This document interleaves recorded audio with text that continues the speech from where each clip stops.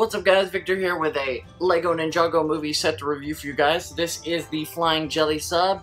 It is set number 70610 and it has 341 pieces. It looks pretty cool. It is only at LEGO stores and Walmarts, as you can see from the stickers right here. It looks like a pretty cool little set. It has Jay as our main ninja in this set. So let's go ahead and check this set out. So here is our Flying Jelly sub, and you can see here is the ship, but we'll get to the actual ship in a minute. Let's go ahead and look at the minifigures first. We have Jay here, which is the new redesigned Jay for the upcoming movie. He has a really nice back piece torso printing there, and he has some really nice like kind of ninja stockings on the bottom that are printed. And of course he does have a weapon here, which is kind of like a bladed nunchuck thing. And I mean, it's pretty cool. It's not really what he used in the like, you know, like the old one, but I mean, like, it is cool. We also have, like, these new two-piece masks here. Let me go ahead and spin the bottom part. It is the second piece there, but I want to, just so I don't have to take the head off, I'm just going to spin it around for you guys.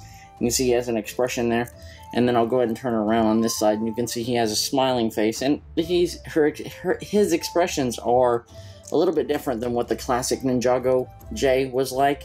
And you can see if you do lock the piece down, it does spin in unison with the bottom and top piece.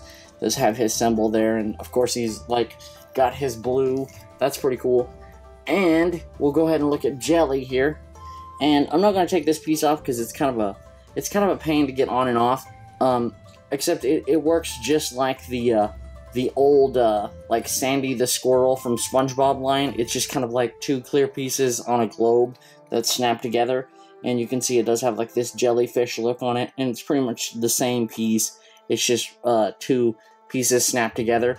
And of course he doesn't have a second face because, I mean, like, it'd be weird. It would just look like he had two heads, so I can understand why they didn't print two heads on there. See, he has like the tentacles coming down his back, which is a lot of really nice detail, a lot of really cool printing on the back, nothing special on the legs. And of course he does have this fish kind of like sword going on there, fish spear. And here we have Hammerhead, which is, I mean, like, it does look pretty cool, like with the printed or the head mold here, not really printed, but you can see it kind of has a really unique kind of like shark look to it, and it's a hammerhead, so that's why, you know, he's got the name. You got his like head here, which has a really cool beard. Got a kind of a like a air tank here with you know, some printing on the back there. You can see it's kind of like he's strapped in there. So I mean, overall, I think it's a pretty good thing. I think the Jelly actually has more detail than Hammerhead, in my opinion. But I like this. I really like the, you know, all the different kinds of fish and things like that out of this new line. Even though the original one was skeletons. And we have this boat here, but I'm not really getting into that just yet.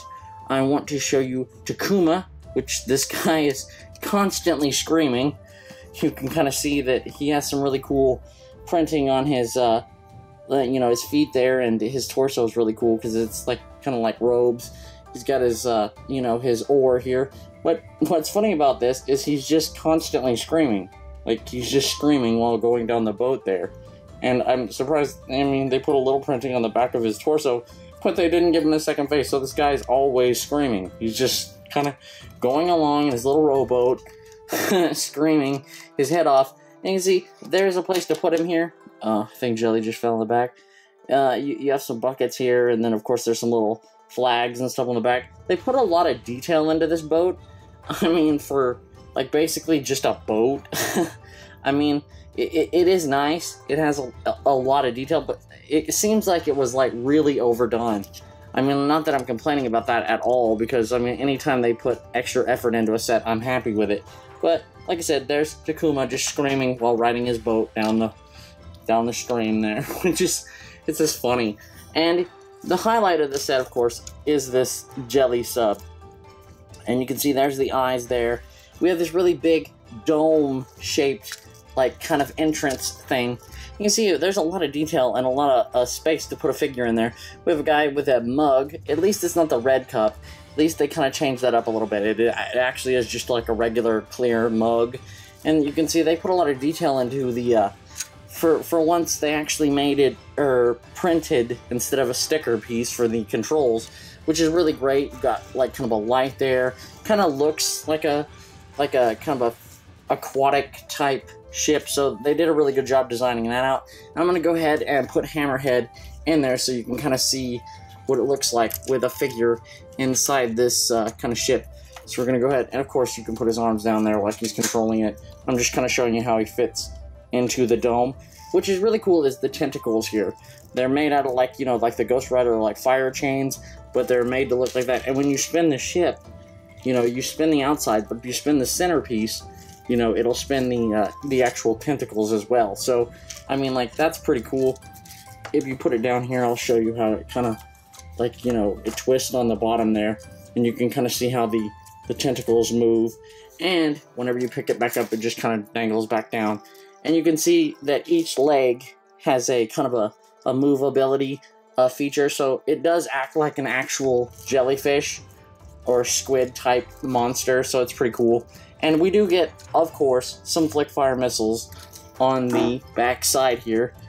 You know, you just push them out like that. If they will actually fire, they're kind of stiff because they're brand new. You can see that does work.